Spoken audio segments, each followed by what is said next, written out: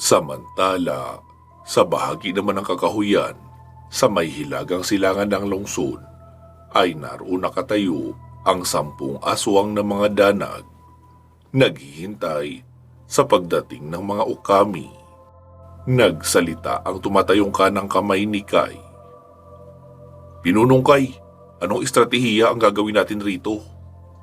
Suminghot ng malalim sa hangin si Kai bago sumagot. "Sa tingin ko, mga nasa mahigit kumulang 10 sila. 26 tayo. Kaya magtumpok-tumpok tayo sa tigtatatlo. Tapos ang iba na medyo malalaki ang katawan ay tigdalawa lang. Gagawin natin iyong tinatawag nilang body system. Walang aatake na mag-isa. Kapag tumalsik sa malayo ang kabady nyo, sundan nyo. Huwag kayong susugod na mag-isa na lang. Mas delikado yun. Dapat nagtutulungan tayo rito. Mga danag ang makakaharap natin. Maliliksi kumilos at malalakas. Hindi ko pa alam kung anong karagdagang kakayahan ang meron sa kanila. Dahil sa itinurok sa kanila ng pinuno ng kanilang grupo. Kaya mag-iingat tayong lahat. Ang ibig kong sabihin na pag-iingat ay hindi puro tapang ang gagamitin. Kung kailangan umatras, ay umatras. Narito tayo para lumaban, hindi para mamatay. Kaya gamitin natin ang ating tamang pag-iisip sa laban. Huwag niyong pairalin ang bugso ng pagiging hayop natin. Hindi na kayo mag-iisip kapag iyon ang sinunod nyo. Malalagot sa akin ang mababalitaan ko na pinabayaan ang kasama at sumugod ng mag-isa. Hindi natin rito kailangan ng bayani. Ang kailangan natin ay manalo sa digmaang ito at makauwi tayo lahat ng buhay. Ito na ang huling laban na kakaharapin natin. Pagkatapos nito, manalo o matalo man ang ibang kasama ni Lino, ay uuwi na tayo sa atin. Doon na tayo mag-aabang ng kasunod na bugso ng kaguluhan. Kaya pagbutihan natin ang laban na ito. Wala mo nang magpapalit ng anyo bilang lobo ha. Manatili tayong lahat sa anyong tao. Pero ilalabas natin ang lahat ng kakayahan ng pagiging dugong okami. Nagkakaintindihan ba tayo rito? Oo, pinuno. Nagtipon-tipon sila sa isang malaking puno. Ibinaba ni Kai ang dala niyang sako na kanina niya pabitbit. Kumuha na kayo ng tig-iisa nito. Pinunong Kai, ano po yan? Simpleng pinatulisang kahoy lang ito. At malamang pagtatawanan lang tayo ng mga danag kapag nakita nila na para tayong mga bata na may dalang maiiksing pinatulisang kahoy. Pero ito ang hindi nila alam. Kay Lino nang galing ang mga pinatulisang kahoy na ito. At naisawsaw raw niya ang dulo ng mga ito sa isang kemikal na tutunaw sa laman ng mga danag. Mas epektibo pa ito kaysa sa masugatan natin sila gamit ang matatalas nating kuko. Parang asido ang epekto nito sa kanilang laman. Tutunawin ang laman nila at kakalat. Kaya mabilis silang manghihina at mawawala sa tamang diskarte sa laban. Kapag may pagkakataon, pinapayagan ko kayong kumagat gamit ang inyong mga matatalim na ngipin. Hindi ito panahon para maging mabait na taong lobo. Digmaan ito, bawal ang mabait. Narito tayo para pumatay at manalo. Malinaw ba? Malinaw, pinuno. Sigaw ng mga tauhan niya at agad nang nagsilapit sa kakumuha noong pinatulisang kahoy. Ipinagpatuloy na nila ang paglalakbay patungo sa kakahuyan na sinasabi ni Damian, kung saan raw maghihintay ang mga tauhan noon na danag. Malayo pa lang ay kita na nila ang mga danag. Nakasuot ng all black with matching black coat and red eyes. Mag-iingat kayo, nasa advantage position sila dahil nasa itaas. Isa ang lalantad at maghihintay ng atake. Ang isa naman sa inyo ang magka-counter attack. At ang pangatlo ay back up para sa second counter attack. Asahan yung mas maliksi ang mga iyan kaysa sa normal nating mga nakasagupa. Wika pa ni Kai at tinapik na ang kanang kamay niya na si Yoyong para sabay na silang tumakbo ng mabilis papasulong. Pagkalampas lang nila sa isang kahoy ay nakita nilang nakatayo ang isang danag sa bato. Bali ang lugar na iyon ay mapuno at may matataas na bato. Tumalon ang danag mula sa itaas ng bato at tila padive ang posisyon habang nauuna ang nakapatusok na palad. Pero bago pa sila magbangga ni Kai, ay pumadyak sa kaliwa si Kai, kaya mabilis siyang nakaliko pa kanan. Kaya napasunod ng tingin sa kanya ang danag, habang patungo sa kaliwa noon ang direksyon niya. Nagulat iyon noong makitang papasalubong naman si Yoyong at nakaamba na ang pinatulisang kahoy. Narinig pa nilang sinabi ng danag, "Masyado kayong mabagal, mga asong gubat!" Sinalo noon ang kamay ni Yoyong upang pigilan ang pagsaksak. Ang buong akala ng danag ay nasa malayo pa si Kai. Ang hindi niya alam, nag-diamond direction lang si Kai. Lumiko sa kaliwa, pumadyak papunta sa likuran, at muling pumadyak patungo sa kanan ng danag. Huli na noong makalingon ang danag sa kanyang kanan. Nakatingin kasi siya sa kaliwa habang hawak-hawak ang braso ni Yoyong na may kahoy. Pagkalingon niya sa kanan ay naitusok na ni Kai ang hawak nitong matulis na kahoy sa gilid ng leeg ng danag. Pero malakas pa rin iyon. Nagpagulong-gulong silang tatlo sa lupa. Nasa harapan si Yoyong at nasa likuran naman si Kai. Nagbago ng anyo ang mukha ni Kai at lumaki ang bunganga. Sabay sagpang ng malakas sa kaliwang bahagi naman ng gilid ng leeg noong danag. Halos maputol iyon sa laki ng pagkakapangas. Doon pa lang nabitawan ng danag ang kamay ni Yoyong. Agad namang isinaksak ni Yoyong ang hawak na kahoy sa dibdib ng danag na iyon, sa tapat mismo ng puso. Sabay binunot rin agad. Ora mismo ay nawalan ng buhay ang danag at biglang natuyo na parang isang matandang kahoy. "Kai, sa likod mo!" sigaw ni Yoyong. Mabilis namang yumuko si Kai at nakita niyang nag-dive sa ibabaw niya ang isa pang danag.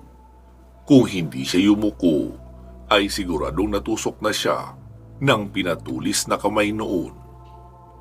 Kitang-kita niya ang pagdaan noon sa ibabaw niya, kaya mabilis siyang tumayo at hinawakan ang dalawang paa. Saka umikot at ibinalibag iyon sa kanang bahagi. Naroon sa likuran ng puno na iyon si Yoyong, nakatago agad. At noong malapit nang bumalandra doon ang danag, ay agad naman iyong lumabas. Sabay bomba ng isang napakalakas na sipa sa gitnang bahagi ng katawan ng danag. Dinig nila ang pagkadurog ng ilang buto sa tadyang. Agad namang tumakbo si Kai patungo sa likurang bahagi ng puno na kakabagsakan ng danag. At pagkabagsak noon ay naroon na nga si Kai sa kamabilis na nagtarak ng matulis na kahoy sa dibdib noon. Kaya natuyo rin kaagad ang nilalang na danag at namatay. Pagkalingon niya sa kanang bahagi ay patakbo na roon si Yoyong. Pinaliit niya ang mata upang makita ang mga nasa unahan. Nakita niya ang dalawang danag kontra sa tatlong okami ang naroon na naglalaban. Tapos ang ikatlo pa sa okami ay ang pinakabata sa kanila, si Mitoy, na sakal-sakal ng isang danag. Patakbo naman ang isa pang okami para tulungan ang binatilyo. Pero bago pa iyon makarating, ay buong pwersang binunot ng danag ang ulo ng binatilyo, saka tinadyakan ang katawan. Napasigaw pa si Yoyong habang tumatakbo dahil kapatid niya si Mitoy. Nakalapit naman agad ang isa pang okami, pero niyukuan lang iyon ng danag at sinaksak ang dibdib gamit ang pinatulis na kamay. Sabay pigtas ng puso papalabas. Hindi na sigaw ang lumalabas sa bibig ni Yoyong habang papalapit, kundi isang malakas na pag-angil na. Pero pagkarating niya sa kinaroroonan ng danag ay wala na iyon roon. Nakalipat na ng bahaging tinatayuan. Si Kai naman ay tumakbo patungo naman sa kinaroroonan ng ikatlong okami sa tumpok nila Mitoy. Sakal din iyon mula sa likuran habang kumikisay-kisay. At bago rin makalapit si Kai, ay buong pwersang binali noon ang leeg ng ikatlo. Iyon naman ay si Toning. Sinugod iyon ni Kai at nagsimula ng umiral ang kanyang pagiging hayop. Isinuksok niya sa likuran ng pantalon ang matulis na kahoy at ginamit ang matutulis na kuko para kalmutin ang danag na iyon. Pero napakabilis magpalipat-lipat sa mga puno sa paligid hanggang sa may nakita silang tatlong sibat na tumalilis sa ere patungo roon sa malikot na danag. Agad rin naman iyong napansin noong danag, kaya nag-iba ng direksyon ang pagtalon sa posisyong nakapahiga. Sinalubong iyon ni Kai, kahit pa alam niyang tatamaan rin siya noong sibat na nakasunod sa likuran ng danag. Nailaga ng danag ang tatlong sibat. Isa lang roon ang nailaga ni Kai. Tumusok sa kanyang tagiliran ang isa at sinalo niya naman ang isa. Sabay pagkalapag sa lupa ay buong pwersa niyang ipinalo sa mukha ng danag ang sibat na yari sa mabigat na kahoy. Tanggal ang mga pangil noong danag sa lakas ng pagkakahampas na iyon at nadurog pa ang dulong bahagi ng sibat. "Si Yoyong ang tulungan niyo! Bilis!" Sigaw ni Kai at itinuturo si Yoyong na matindi rin ang nangyayaring sagupaan. Tumalon si Kai at nakumbabawan niya ang danag, pero nakasalubong sa kanya ang pinatulisang kamay noon na nakatutok sa kanyang puso. Sinalo ni Kai ang kamay ng danag. Sinalo naman ng danag ang dulo ng matulis na kahoy ni Kai. Nagtagisan sila ng lakas sa pagdiin at pagsalag. Sabay na ang opensa at depensa. Hanggang sa mapalingon si Kai sa tumalsik na ulo ng binatilyong si Mitoy. Ang binatilyong itinuring niya na kapatid dahil lumaki siyang palagi iyong kasama. Bali naging utusan niya iyon at palaging kasama sa lahat ng lakad niya. Kaya napukaw ang kanyang malalim na galit noong makita ang kawawang mukha ng binatilyo. Napasigaw ng malakas si Kai hanggang sa umaangil na siya. Naglalakihan na ang mga ugat sa kanyang mukha, pati na ang mga muscles sa braso ay nagsilobo na rin dahil sa galit. Hanggang sa unti-unti niya nang naididiin ang hawak na matulis na kahoy patungo sa dibdib ng danag. Nanlaki naman ang mga mata ng danag kung bakit bigla ang naging mas malakas sa kanya si Kai. Hanggang sa wala nang magawa ang danag noong bumao na sa dibdib niya ang matulis na kahoy. Agad na rin iyong binawian ng buhay at natuyo. Pagkalingon niya sa kabilang bahagi ay nakita niyang hawak ni Yoyong ang isang danag sa leeg.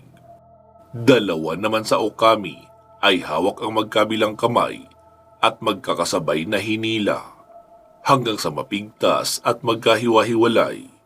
Buong puwersa namang sinakman ni Yoyong ang leeg noong danag na iyon at lumaylay ang ulo.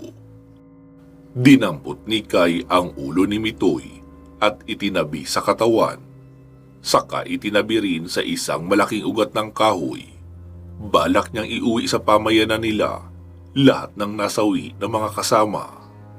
Sa kaliwang bahagi naman ng kakahuyan kung saan may 4 na danag ay halos magkakasabay na sumugod roon ang 11 mga Okami. Lahat ay nagliliyab ang puso sa galit. Alam nila ang nangyaring pagkamatay ng binatilyong si Mitoy at ng mga kasama nito.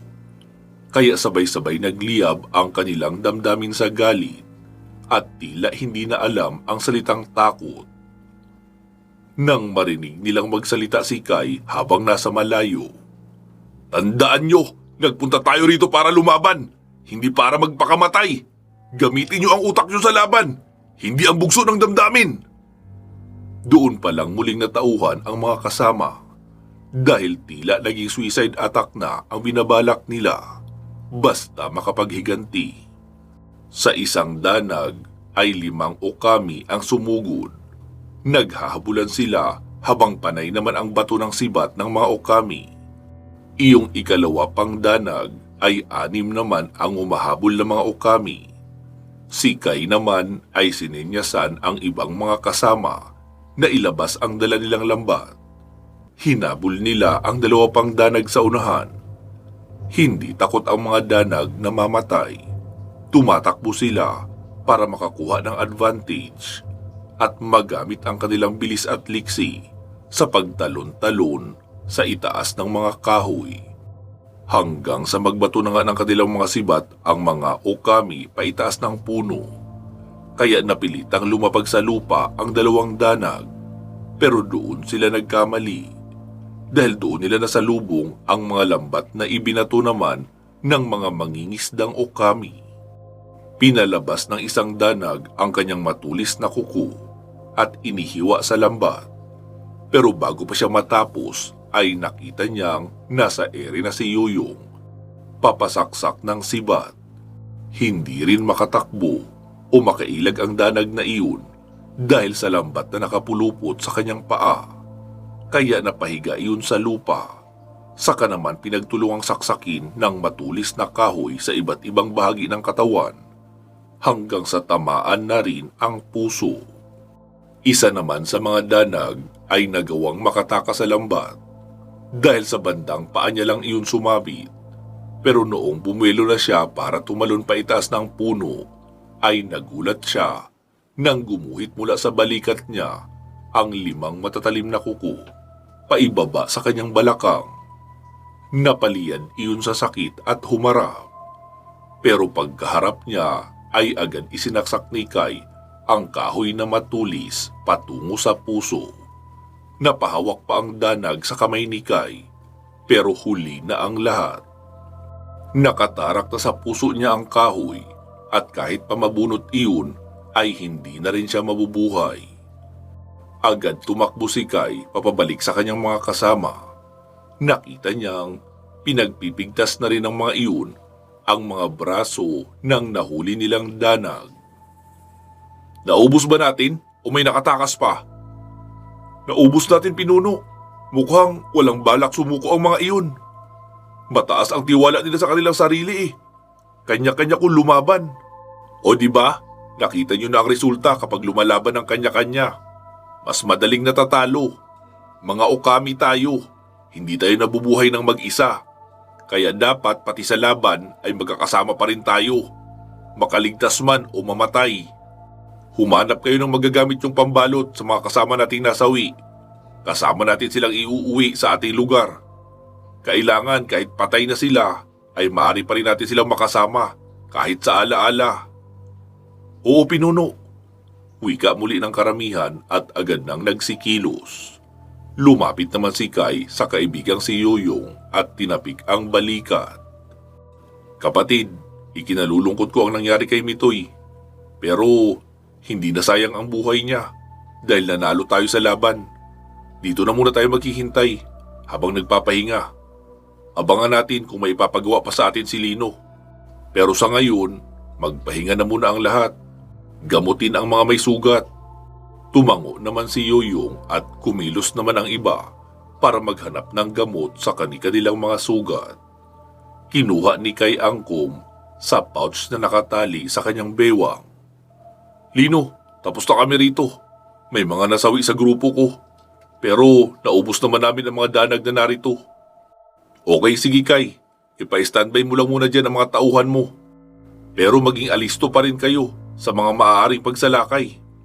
Tapos, kapag nakapagpahinga ka na, ay baka pwede mong pasimpleng pasyalan si Rafael sa kaliwang bahagi. Nasa building A raw. Kinokontak ko siya pero hindi na sumasagot. Hindi ko naman pwedeng isipin na may masama nang nangyari sa kanya. Kaya kung kaya mo naman at nakapagpahinga ka na, ay subukan mong usisain ang nangyari sa kanya. Okay, sige Lino. Magpapahinga lang muna ako kaunti bago ako magpunta roon. Okay, copy that, Kai. Sagot ni Lino. Hindi pa rin kasi siya sumusugod sa mansyon dahil base sa kanyang pagmamasid, kakaibang kuryente ang nakapaligid sa mansyon na iyon.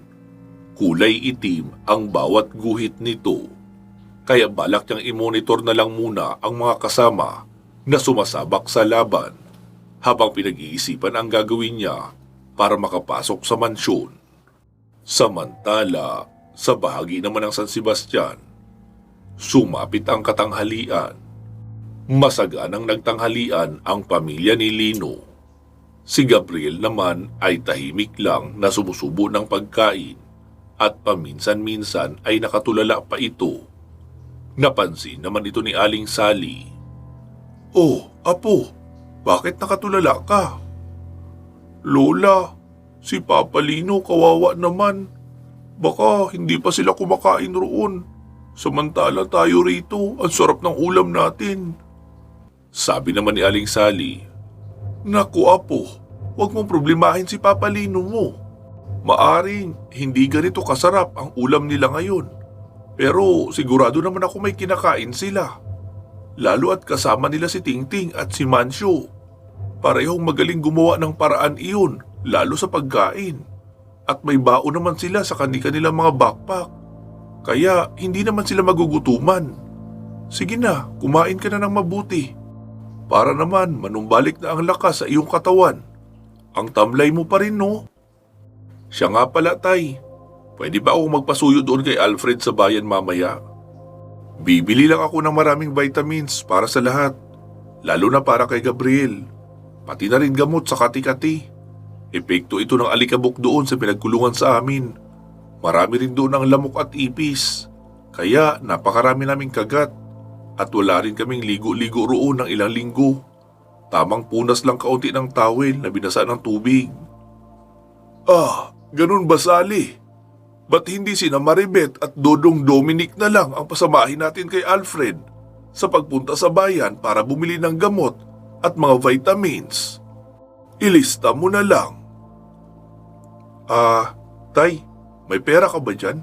Wala kasi akong dalang pera." Sabi naman ni Lolo Ino. "Naku, hindi problema ang pera anak. May stock tayo dyan. Iniwan ni Lino. Pagkatapos kumain ay hakutin na lang siguro natin ang lahat ng pagkain patungo roon kina Doming. Doon na tayong lahat matulog dahil malaki ang bahay roon." Sabi naman ni Aling Sally. "Naku tay, nakakahiya naman." "Ha? Bakit ka mahihiya? Hindi mo yata alam no, na si Lino ang nagpagawa ng bahay na iyon. Lupain iyon nila Tingting. Doon nakatirik dati ang munting kubo nila Tingting. Iniligtas ni Lino sina Domeng doon sa bundok at dinala rito dahil mas ligtas raw rito. Habang tumatagal ay nasisira rin ang bubong dahil sa kalumaan. Kaya nagpasya si Lino na patayuan na lang ng malamansyon na bahay para sa mga taong tinutulungan niya. Dito niya raw dadalhin. Nakapader na iyon, tapos may mga kulungan ng baboy sa likuran. Si Lino rin ang namuhunan para sa babuyan na iyon. Maging yung tricycle na ginagamit nilang service ay si Lino rin ang may bili. Pati na yung kalsada dyan mula sa ibaba papakit ito sa atin at papunta doon kina Doming ay paggawa rin ni Lino. Kaya wala kayong dapat ikahiya roon. Iyon din ang dahilan kaya ako nagpaiwan rito. Dahil tumutulong ako sa pag-aasikaso ng mga ipinapagawa ni Lino. Halos katatapos lang din ang lahat ng iyan Sabi naman ni Mang Roland. "Grabe ang anak natin, Sally. Hindi ko alam na napakarami niya palang natulungan. Hindi lang iyong mga nailigtas niya ang buhay sa mga aswang. Pati na rin mga kapuspalan at nasa lugar na mapanganib." Sabi naman ni Aling Sally. "Ang totoo niyan, nabalitaan ko ang iba kay Terry. Si Lino rin daw ang nagbigay ng puhunan sa mga kapatid niya at pamangkin. Kaya may negosyo iyon roon. Maging ang tindahan na iyon ni Terry ay kay Lino rin daw talaga. Pati nga ang lahat ng nasa loob ng bakuran at iyong mga palaisdaan." Sabi naman ni Mang Roland. "Saan naman kaya galing ni Lino ang perang ginagamit niya sa pagtulong?" Sabi naman ni Lolo Ino. "Huwag na siguro nating isipin iyon. Malamang sa mga mayayamang tao rin na natulungan niya. Sige na, ipagpatuloy niyo lang ang kain niyo riyan. Sa labas lang muna ako tatambay." "Sige po, tay," sagot naman ni Aling Sally. Pagkalabas ni Lolo Ino ng bahay ay nakita niya sa unahan si Clea. Kaya agad siyang naglakad papunta sa labas ng bakuran. "Oh, ano yun Clea? Bakit ka narito?" "Pinauwi na kami ni Lino rito. Tatawagin na lang daw kami uli kapag kailangan niya na kami." Anong sadya mo at narito ka? Kaibigang Ino, may grupo ng mga aswang na dumating. Isang jeep. 8 sila. Mukhang narito sila para manguha ng mga bihag na makakain. Kayang-kaya nyo na iyon. 8 lang naman pala Oo, tama ka. Kaso, may problema lang kaibigang Ino. Dahil may kasama silang antingero. Baka magawa niya ng paraan para itaboy kami. Kailangan mong ilipat ang pamilya ni Lino sa bahay nila Mira. Mas ligtas sila roon. Pero sa tingin ko, mamayang gabi pa naman sasalakay ang mga iyon dahil nasa bayan pa, kumakain habang nagiinuman. Okay, sige Clea. Salamat sa babala. Tamang-tama rin at napag-usapan na namin na doon kaming lahat mananatili sa kabilang bahay para mas ligtas. Balitaan mo na lang ako mamayang gabi kapag papunta na rito ang mga lalaking iyon. Oo, sige kaibigan. Uwi ka pa ni Clea at agad nang nawala. Kalmado lang si Lolo Ino na bumalik sa bahay at inabangang matapos sa pagkain ang lahat. Noong matapos ng makakain ay sinabi niya, "Oh, tara na. Lipat na tayo roon sa kabila. Dalhin nyo na lang din ang mga pagkain na natira dyan para doon na tayo kakain ng hapunan." Sabi naman ni Aling Sally ng pabulong dahil tila may nararamdaman siyang hindi maganda sa inaasal ni Lolo Ino. "Tay, bakit? Parang biglang nagbago ang mood nyo Ganito kasi yan, Sally. Nakausap ko si Clea. May mga aswang na dumating. Hindi kami sigurado kung ano o sino ang pakay. Pero may kasamang antingero. Kapag ganoon, ay maaaring maramdaman noon ang aura ni Gabriel, pati na kay Mariposa. Kaya, kailangan nasa ligtas na bahay tayo. Doon na tayo manatili sa malaking bahay para ligtas." "Opo, Tay. Tama kayo." Wika pa ni Aling Sally at pinagmadali na ang kadalagahan sa paghuhugas ng mga pinggan. Ang iba naman ay naglalagay ng mga pagkain sa Tupperware bago ilagay sa bayong. Makalipas ang ilang minuto ay nilisan na nga nila ang bahay ni Lolo Ino at nagtungo sa bahay nila Mang Doming. "Hello Gabriel, mga kaibigan kami ni Papa mo. Ako si Mira. Ito naman si Alfred at ang baby namin. Tapos siya si Tio Doming. Lolo mo na rin siya." "Hello po Ate Mira. Makikitira po muna kami rito sa inyo habang hinihintay namin si Papa Lino. Naroon pa kasi siya sa digmaan." Sabi naman ni Mira, "Naku, anong pinagsasabi mong kayo ang makikitira? Kami ang nakikitira rito dahil ang bahay na ito ay bahay ni Papa Lino mo. Ibig sabihin, bahay mo na rin ito." "Talaga po?" "Oo naman." "Hala, ang dami pala naming bahay. Sabi rin kasi ni Aling Terry na bahay rin daw ni Papa Lino yung bahay nila. Di ang dami naming bahay, no?" "Oo, marami kayong bahay dahil maraming tinutulungan si Papa mo at kasama na rin kami roon. Aling Sally, tara na po sa itaas at ituturo ko sa inyo ang mga kwarto. 2 ang kwarto rito sa ibaba at dito kami natutulog para hindi na akyat panaog. Malalaki naman ang kwarto sa itaas. Baka 2 kwarto lang ay magkasya na kayong lahat dahil mga naka-double deck naman ang mga higaan roon." "Ah, ganun ba? Sige pala, tara na." Wika pa ni Aling Sally at inakbayan na si Gabriel para dalhin sa itaas. Sumunod na rin sa kanila si Mariposa at ang iba pa. Pansamantala po muna natin puputulin rito itong ating kwento. Magsama-sama tayong muli sa part 292. Mga katribo, kaunti pa rin po ang tumutugon sa panawagan ko na mag-like and follow sa ating love story page sa Facebook. Baka po, pwede nyo naman ako pagbigyan. Kahit hindi na kayo makinig ng mga story doon, mag-like and follow lang po. Yun lang naman talaga ang kailangan ko roon. Kaya sana, pagbigyan nyo na. Salamat po kung mapagbibigyan nyo ang aking kahilingan. Mag-iingat po kayo palagi at hanggang sa muli.